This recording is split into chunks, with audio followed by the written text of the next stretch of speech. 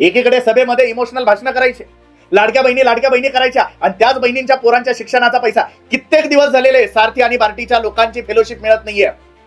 त्या पोरांच्या पीएचडी मध्ये अडथळे येत आहे पैसे नसल्यामुळे, देशाच्या संशोधनामध्ये अडथळे येत आहेत. तुम्हाला काय क्वालिटी चेक करायची ती करा, परंतु एकीकडे कष्ट करणाऱ्या शेतकऱ्याबद्दल आणि दुसरीकडे शिक्षण घेणाऱ्या विद्यार्थ्यांबद्दल जर तुम्ही असं जर बोलाल तर उद्या जनता तुम्हाला रस्त्यावर फिरू देणार नाही. कारण तुमच्या पोरांना डिग्र्याची गरज नसेल, कारण तुम्ही करोडो कमवून ठेवलेले आहे. कमवून नाही ठेवलेले, आमचे लुटून ठेवलेले आहे. त्याच्यामुळे तुम्हाला गरज नसेल पवार, आम्हाला गरज आहे. आणि आम्हाला शिक्षण हा एकमेव मार्ग दिसतो आमचं आयुष्य आणि भविष्य सुधारवण्याचा. त्याच्यामुळे तुम्ही तुमच्या फालतू गप्पा आम्हाला शिकवण्याची गरज नाही. द्यायचे तर द्या, नाहीतर देऊ नका. परंतु आमची लायकी, पहिले आमच्या बापाची लायकी काढली शेतकऱ्यांवरून, आणि आज पोरांची लायकी काढतायत. आणि तुमची तरी काय आहे? लोकसभेला बायकोला उभं केलं, पडल्या, मग कुठे दिलं? राज्यसभेला. मग आम्ही बोललो तुम्हाला एकाच कुटुंबात सगळे मंत्रीपद, खासदारकी, आमदारकी कसे घेतात? बोललो आम्ही तुम्हाला.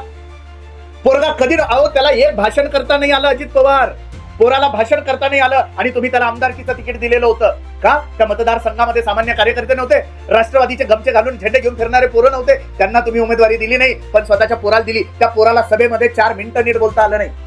म्हणजे लायकी नसणाऱ्यांना तुम्ही वर नेण्याचा प्रयत्न करताय ना. मग आम्ही आमची लायकी सिद्ध करून ती फेलोशिप घेतोय, कुणाच्या बापाची जहागिरी नाही घेतोय. त्याच्यामुळे या गोष्टी लक्षात ठेवाव्या शेतकऱ्यांबद्दल, कारण तो आमचा बाप आहे, तो कमवतोय.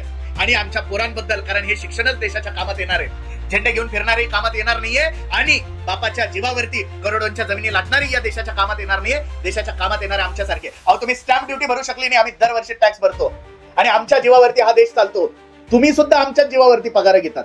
त्याच्यामुळे शिक्षण घेणाऱ्या पोरांबद्दल आमची हात जोडून विनंती आहे की यानंतर आपण बोलू नये, आणि कष्ट करणाऱ्या शेतकऱ्याबद्दल आपण बोलू नये ही आमची विनंती आहे. हा व्हिडिओ जास्तीत जास्त लोकांपर्यंत पोहोचवा, कारण जर आपण या राजकारण्यांना जर आज बोललो नाही तर उद्या हे आपल्याला सुद्धा विकून खातील.